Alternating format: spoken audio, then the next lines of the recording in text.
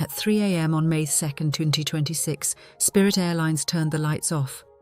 All flights cancelled. Just like that. Passengers arrived at airports to find empty check-in desks, a website that wouldn't load, and nobody from Spirit to explain why. 17,000 people were jobless by sunrise. Here's what makes this genuinely strange. Spirit didn't just fail. It taught the entire airline industry how to make money, and then got left behind by a world it created. By the end of this, you're going to understand exactly how that happens, and why it was almost inevitable from the start. Let's go back to where this whole thing began. Not 1990, not even close. Clipper Trucking Company, Michigan. Not an airline, a trucking company. That's the seed Spirit Airlines grew from. In 1983, it spun off a charter flight operation. Nearly a decade of charter flights later, it rebranded as Spirit Airlines. It didn't get its first jet aircraft until 1992. The airline most people would come to recognize, the one with the yellow seats and the fees for everything, didn't really exist yet. That came later, when a man named Ben Baldanza walked in the door. 2005, Baldanza joins as president. Then in 2006, he becomes CEO, backed by a private equity firm called Indigo Partners. And Indigo Partners is not a casual player. These are the people behind Wizz Air. Early investors in Ryanair, the airline that turned charging for absolutely everything into an art form. If you've ever paid £40 to print your own boarding pass at a Ryanair airport desk, you know exactly what philosophy they brought to Spirit. The bet was simple. Brutal, but simple. Strip every cost out of the operation. Offer the cheapest ticket in the market, cheaper than anyone. Then charge separately for everything else. Bags, seat selection, carry-on luggage, printing your boarding pass at the airport. Everything. 2007. Spirit becomes the first US airline to charge for checked bags. The public is annoyed. The industry is watching.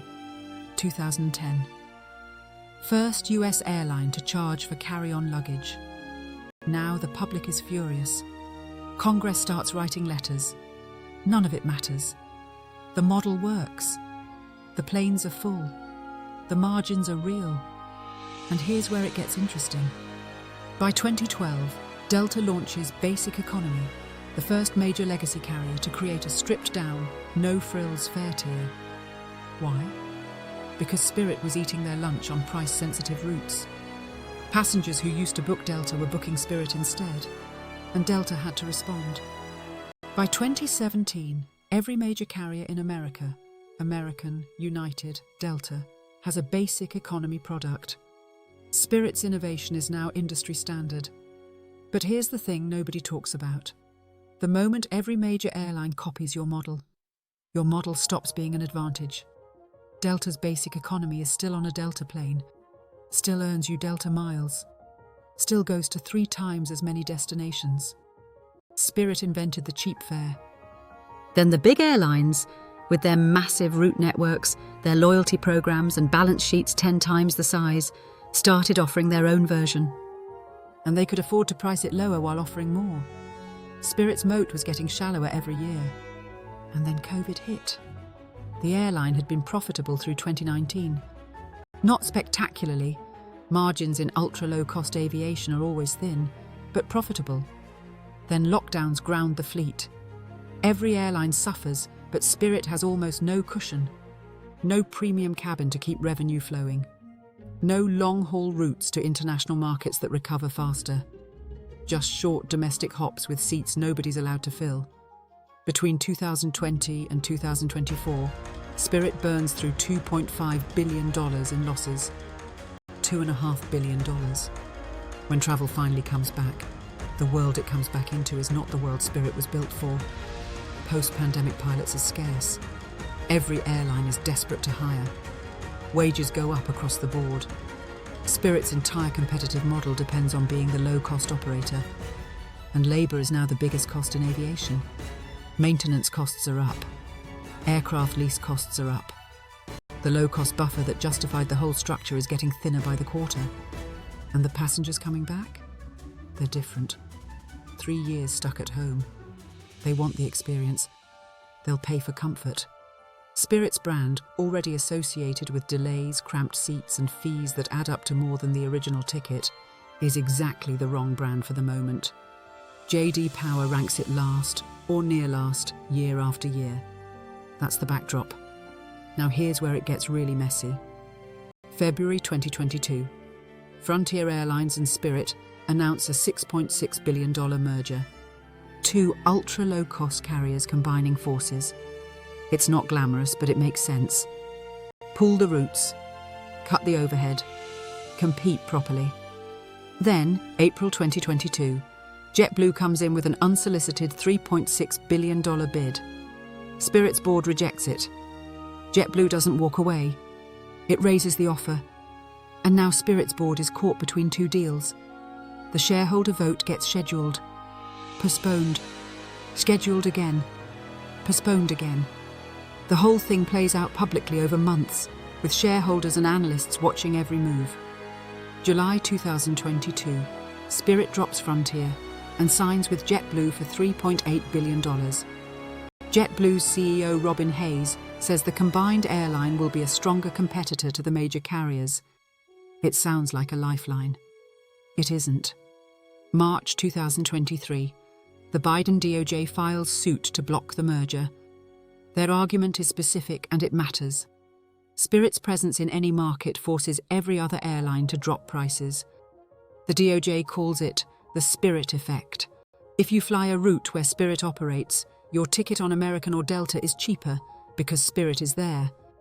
Eliminate Spirit, the DOJ argues, and millions of passengers on hundreds of routes pay more. Blocking this merger, they say, protects consumers. January 2024. Federal Judge William G. Young in Massachusetts rules for the DOJ. The merger is permanently blocked. JetBlue walks away. Spirit is now holding over $3 billion in long-term debt. No strategic partner. No merger lifeline.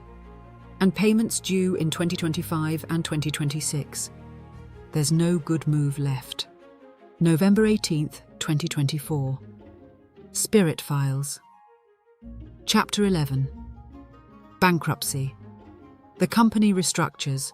$795 million in debt converted to equity, fleet cut, leases renegotiated. March 2025. Spirit announces it's emerged from bankruptcy. CEO Ted Christie celebrates. Smaller, leaner, supposedly ready. Then April 7th, 2025. Ted Christie resigns. Effective immediately.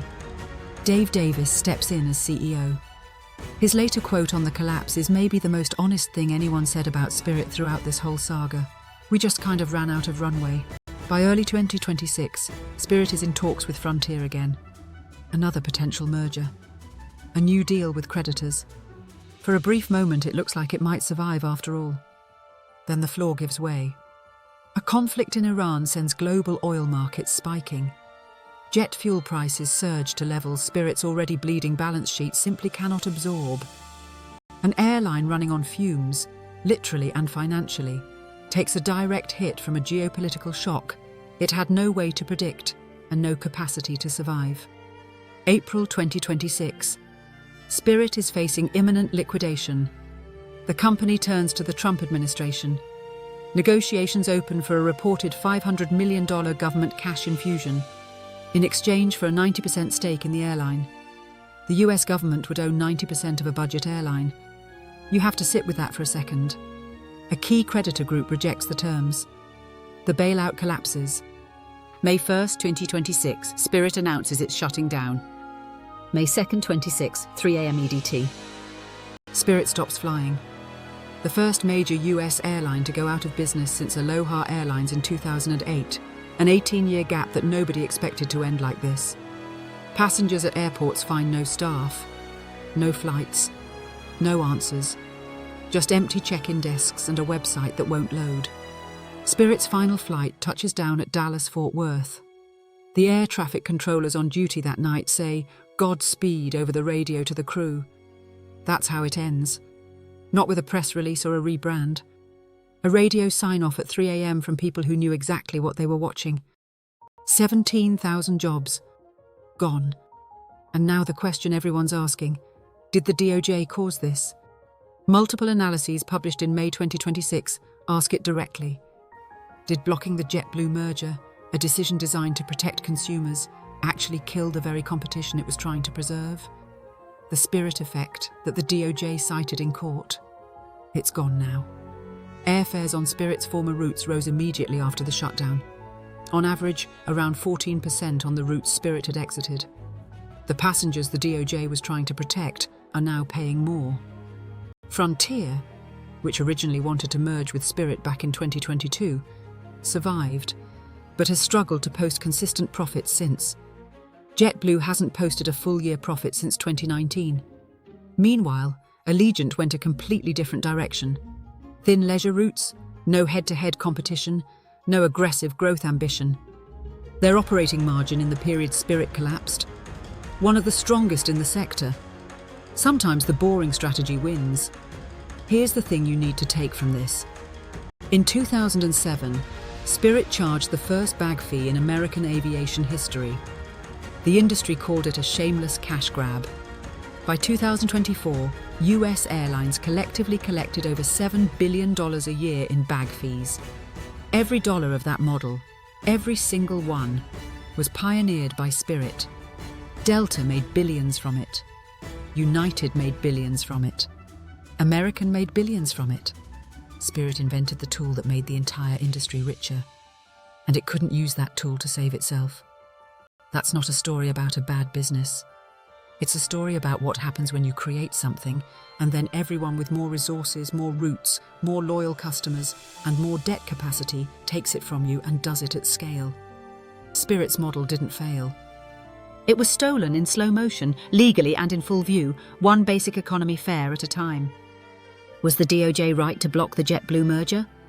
Or did they kill the very competition they were trying to protect? Leave that in the comments. I'd like to know what you think.